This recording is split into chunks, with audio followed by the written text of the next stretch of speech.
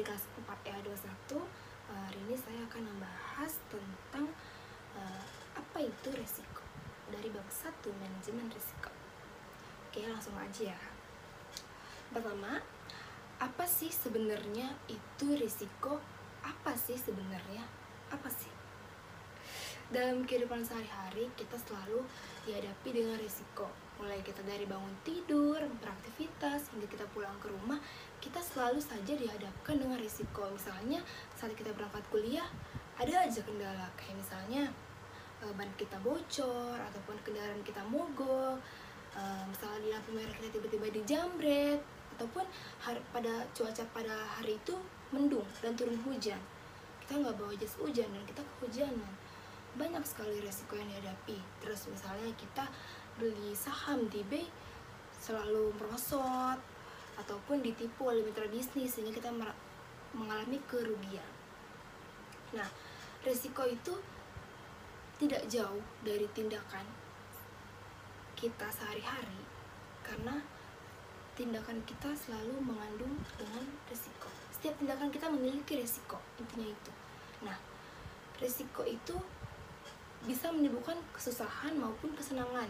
Seperti yang tadi, kesusahan kan udah saya sebutin.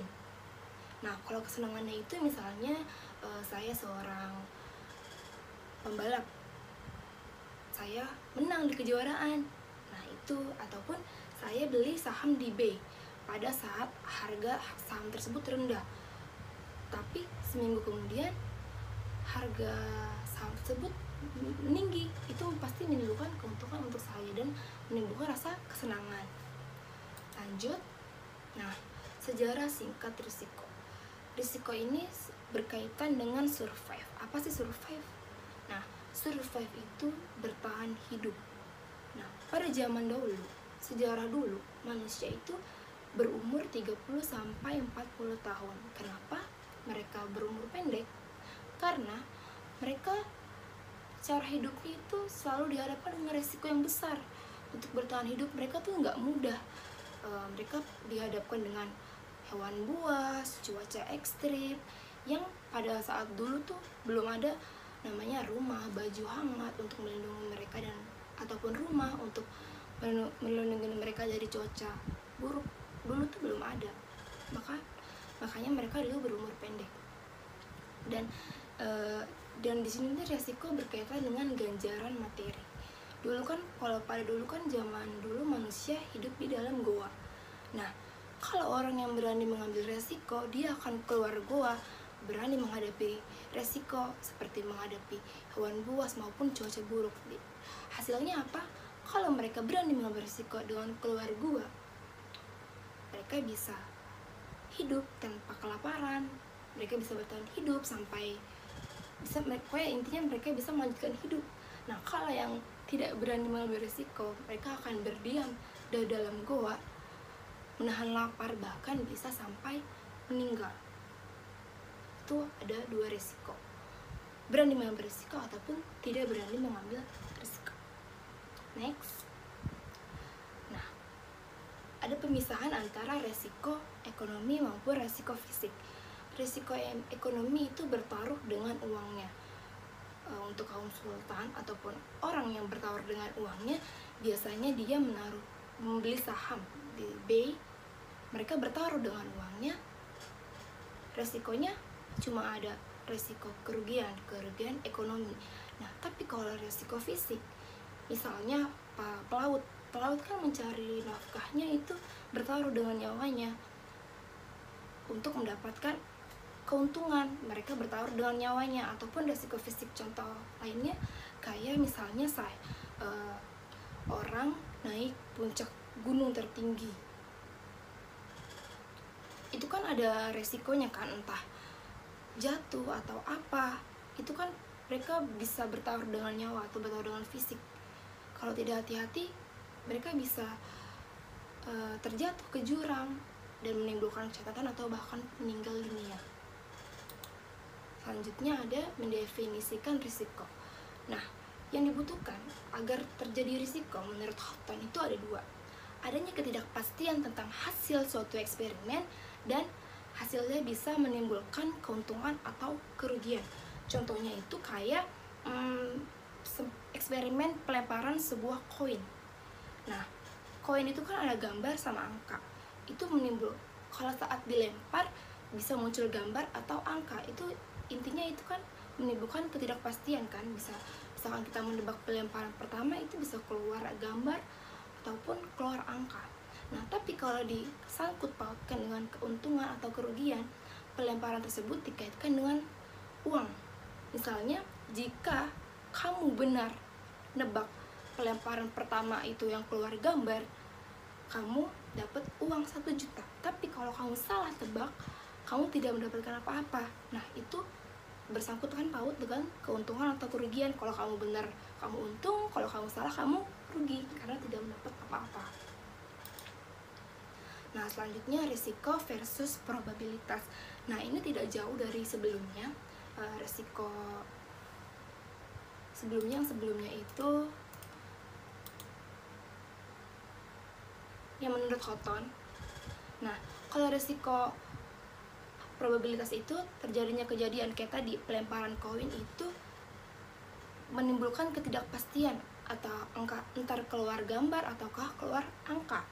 Nah, konsekuensi ditimbulkan itu kayak berhubungan dengan mata uang. Misalnya, kalau kamu tebak benar yang keluar gambar, kamu dapat uang. Kalau kamu salah tebak, kamu tidak mendapatkan apa-apa. Itu konsekuensi ditimbulkan, itu kerugian. Nah, selanjutnya ada risiko versus ancaman. Nah, suatu ancaman itu kejadian dengan nilai P kecil tetapi dengan konsekuensi yang negatif besar. Terus kalau risiko, kejadian dengan probabilitas yang tinggi. Artinya kalau risiko ini konsekuensinya sudah diketahui. Misalnya penjual yang jujur ngasih tahu pembelinya, penjual yang jujur ngasih tahu saya kalau ada 100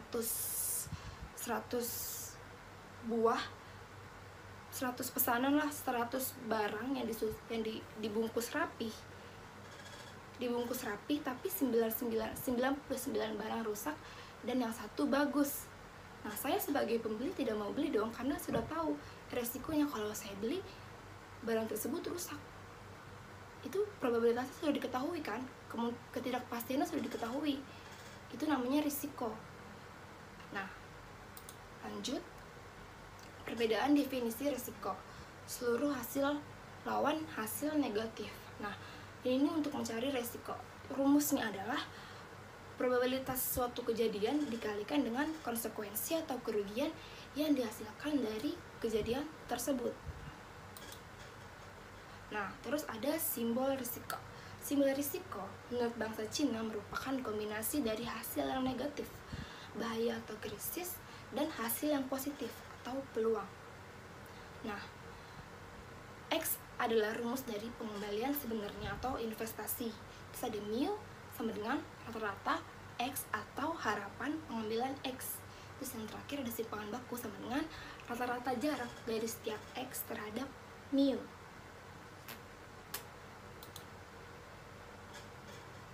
Okay, next, thank you. Baik, selanjutnya saya akan menjelaskan mengenai resiko.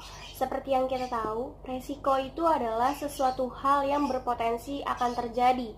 Nah, di dalam buku ini mengajarkan di mana setiap ada pendekatan yang berusaha untuk meminimumkan resiko, itu juga akan memperkecil atau mengurangi peluang yang potensial. Artinya apa? Artinya, kalau kita tidak berani mengambil resiko, pasti kita tidak akan mendapatkan apa-apa. Nah, sebaliknya, kalau kita berani untuk mengambil resiko, kita pasti akan mendapatkan atau memperoleh sesuatu yang menguntungkan. Selanjutnya adalah berurusan dengan resiko. Berurusan dengan resiko ini ada 2 poin penting yang perlu dicatat. Yang pertama adalah mengaitkan resiko dengan ganjaran atau si reward. Yang kedua itu adalah mengaitkan resiko dengan sebuah inovasi. Ungkapan tidak ada makan siang gratis ternyata berlaku juga di dalam pembahasan resiko ini. Artinya apa? Artinya, orang yang mengharapkan ganjaran besar harus bisa menghadapi resiko yang besar juga. Dan ganjaran dalam bisnis, kita harus bisa memutuskan seberapa jauh kita berani mengambil resiko dan jenis resiko apa yang bisa kita pilih. Di dalam resiko dan ganjaran di sebuah perusahaan adalah perusahaan kan memiliki manajemen. Nah, manajemen yang baik itu ialah manajemen yang mampu membuat pilihan yang tepat ketika perusahaan itu sedang menghadapi resiko yang berbeda-beda. Adalah resiko dan inovasi. Di dalam buku ini mengajarkan ketika kita mendapatkan resiko, tanpa sadar kita membuat sebuah inovasi untuk mengeksploitasi resiko itu. Dan inovasi di dalam sebuah perusahaan. Perusahaan tersebut pasti memikirkan bagaimana caranya produk yang perusahaan itu ciptakan itu laku di pasaran dan disenangi oleh banyak konsumen. Manajemen resiko adalah suatu pendekatan yang terstruktur atau secara metodologi dalam mengelola ketidakpastian yang berkaitan dengan ancaman. Manajemen resiko, kita akan membahas mengenai yang pertama, pandangan konvensional dan pembatasannya, yang kedua, pandangan manajemen resiko yang lebih luas, dan yang ketiga itu adalah arti probabilitas dan pengambilan keputusan. Pandangan konvensional dan pembatasannya. Banyak buku manajemen risiko, konsultan, dan lain-lain. Akan tetapi, definisi manajemen risiko yang dipergunakan cenderung dipersempit karena salah satu faktornya adalah karena sifat manusia itu sendiri. Sifat manusia yang selalu ingat kerugian atau tentang kehilangan, melebihi ingatannya terhadap keuntungan. Karena kita selalu ingat kejadian yang menyengsarakan, seperti banjir besar. Nah, itu merupakan salah satu kenapa alasannya sih manajemen resiko ini dipersempit pengertiannya. Selanjutnya adalah pandangan manajemen resiko yang lebih luas. Pandangan lengkap dari manajemen resiko itu meliputi resiko yang diambil dan diberi perlindungan di satu sisi, dan di sisi lain adanya pengambilan resiko secara strategis. Nah, ini termasuk ke dalam pandangan manajemen resiko yang lebih luas. Selanjutnya adalah arti probabilitas dan pengambilan keputusan. Probabilitas sendiri seperti yang kita ketahui adalah kemungkinan, suatu kemungkinan, atau yang lebih jelasnya adalah probabilitas adalah suatu nilai untuk mengukur tingkat kemungkinan terjadinya suatu kejadian yang tidak pasti. Dengan kata lain, jika kita ingin mengambil sebuah keputusan, ada baiknya untuk memikirkan probabilitas yang akan kita hadapi nantinya. Membuat keputusan itu berarti memilih salah satu alternatif dari sekian banyak alternatif. Nah, di dalam presentasi ini ada 4 kategori keputusan. Yang pertama adalah keputusan dalam keadaan ada kepastian, yang dimana hasil dari keputusan tersebut sudah bisa diketahui sebelumnya dengan pasti. Kedua adalah keputusan dalam keadaan resiko. Hasil keputusan tersebut tidak bisa diketahui sebelumnya dengan pasti, akan tetapi probabilitasnya itu sudah diketahui. Ketiga adalah keputusan dalam keadaan tidak ada kepastian. Hasil keputusan tersebut tidak bisa diketahui dengan pasti sebelumnya, tentu juga dengan probabilitasnya tidak bisa diketahui. Yang keempat atau yang terakhir adalah keputusan dalam keadaan ada pertentangan, yang dimana hasil keputusannya itu tergantung pada keputusan dari pihak lawan atau pihak pesaing. Kesimpulannya dari materi ini adalah resiko itu adalah sesuatu hal yang berpotensi akan terjadi, dan resiko itu dibedakan menjadi 2, yaitu resiko fisik dan resiko uang. Serta bisnis yang sukses atau berhasil memerlukan visi yang lengkap dari manajemen resiko, di mana mereka menganggap bukan hanya bagaimana harus melindungi diri mereka sendiri terhadap beberapa resiko, akan tetapi juga menentukan resiko yang mana yang akan dieksploitasi dan bagaimana mengeksploitasi resiko tersebut. Sekian presentasi dari saya, kurang lebihnya mohon maaf. Wassalamualaikum warahmatullahi wabarakatuh.